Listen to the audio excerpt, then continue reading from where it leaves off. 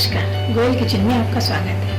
आज हम आपको कप केक बनाना बता रहे हैं। ये बहुत ही इजी तरीके से केवल 2 इंग्रेडिएंट से बन जाता है। ये बहुत ही आसान है। आजकल लॉकडाउन चल रहा है, बच्चे घर में बैठे हुए हैं, कह रहे हैं कभी नमकीन खाना है, कभी मीठा खाना है। अगर केक खाने की जिद करते हैं तो आप फटाफट आराम से कप केक बनाइए और बच्चों को खिलाइए और खुद भी इंजॉय कीजिए। आइए देखते हैं कप केक कैसे बनता है।